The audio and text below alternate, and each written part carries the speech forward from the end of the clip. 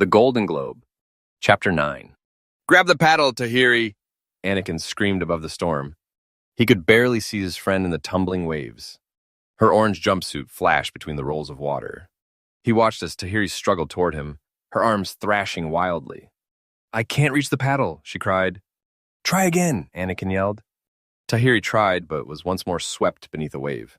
She was running out of strength. Anakin didn't know what to do. He had power in his arms, but that couldn't help his friend.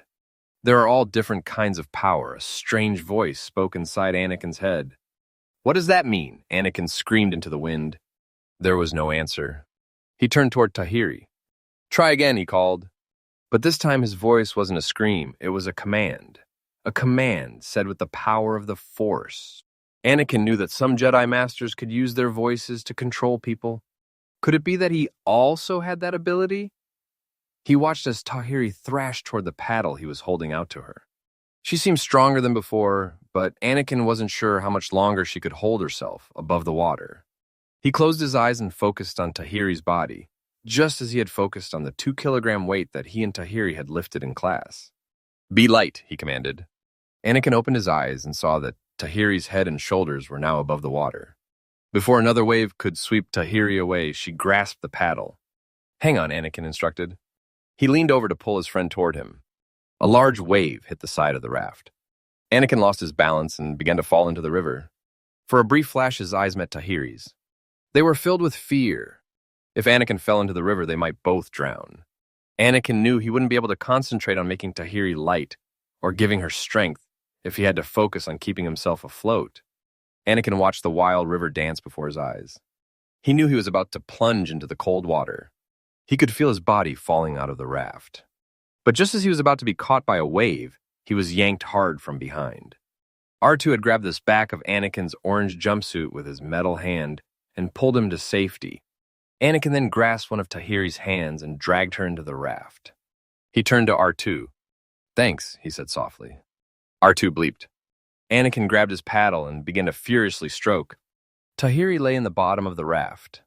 "Anakin," she said with wonder, "you used the Force to get me to float and to give me the strength I needed to thrash my way to the raft. I was ready to give up, but your voice wouldn't let me." Anakin gave his friend a smile. Then he turned back to the river. "We're almost at the shore," Anakin said.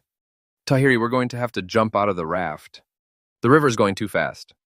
There's no way I can get the raft to stop." Tahiri sat up. "What about R2?" she asked. "He can't leap into the river." "We'll have to do what we did in class the other day," Anakin said. "After we jump, I'll think about him being light, and you try to lift him." There was no time to talk about it. "Okay, it's time," Anakin said as their raft raced by the side of the river. "Jump!" Both students landed hard on the bank of the river and then rolled to a stop. "Now R2," Anakin yelled to Tahiri. The droid was still on the raft. He was being swept quickly down the river. Anakin and Tahiri concentrated. R2 floated in the air toward them. Suddenly, he dropped in the water. "Oops," Tahiri muttered. Then she closed her eyes and focused.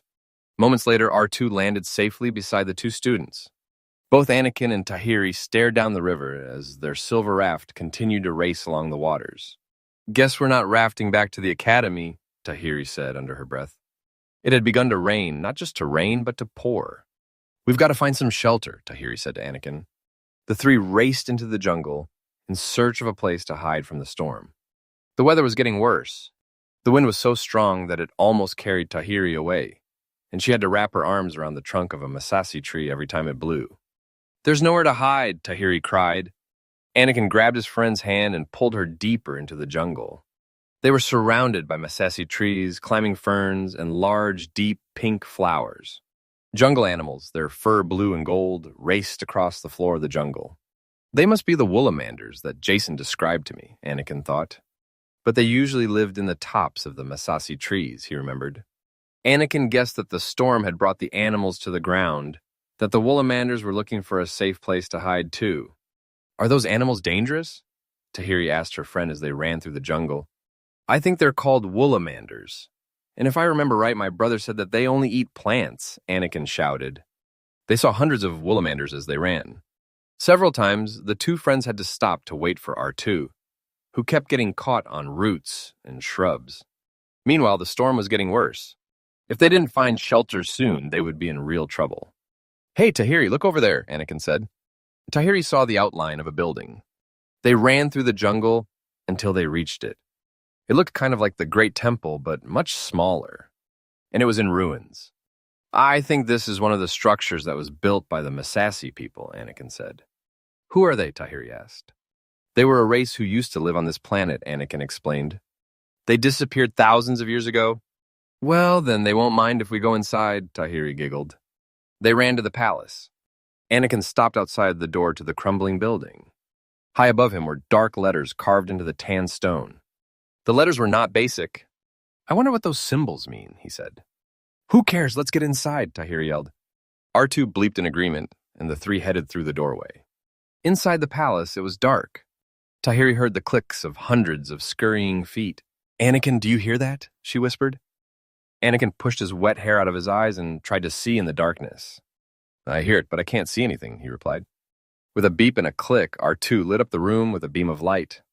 I knew there was a reason we brought him along, Tahiri said. They stared around the room.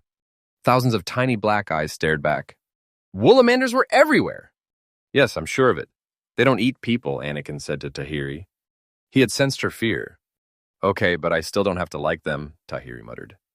This must be the palace of the Woolamander, Anakin said. It was named years ago by some guy who was exploring the planet. The Woolamanders must have been here then, too. As long as we're here, let's explore, Tahiri suggested. Why not, Anakin thought. It had been a long time since they'd snuck out of the academy. Heck, Luke Skywalker was probably thinking up some kind of punishment, or maybe even getting the shuttle ready to take them home. It couldn't hurt to do a little bit of exploring.